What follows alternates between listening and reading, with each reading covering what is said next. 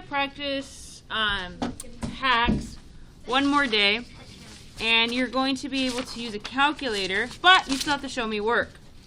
How do I show work with the calculator, you might ask? Well, let's do the first one together. In a department store, a $50 dress is marked. That doesn't make sense. If the sales tax is 8%, what is the total cost of the dress? So, first step. So, Jesus, let's pay attention. First step is to multiply. You multiply your price of $50 times 8%. But the 8%, we have to write it as a decimal. What is a decimal of 8%? 0.08. That's the number we're going to use. So this is how we show work. We're going to write down, okay, I'm going to take my price, and I'm going to multiply it by my decimal, 0.08.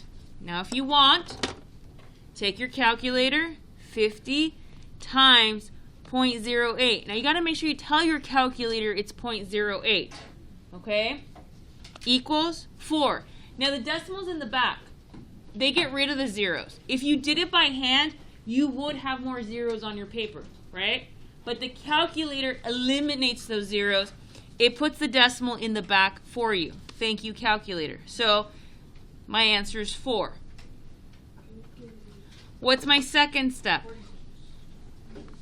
I add 50 plus 4. And we did that, super easy. Didn't even need a calculator for that. So what is my tax amount equal to? 4. What's my final cost? 54. That's easy, right? Good morning. All right. We'll do one more. Number 2. A candy store. In a candy store, a jar of candy costs $8. If the sales tax is 9%, what is the total cost of the candy jar? So what do I do? What's my first step? Oh yeah, the 9% into a decimal. What's 9% as a decimal? 0.09. Move the decimal 2 times. That's critical, because if you don't have this step correct, everything else is wrong. All right, so 8 times what? 0.08. Oh, sorry, 09. Yep. So 8 times 0.09 is 0.72, which is like 72 cents, right? Okay. And what do I do second?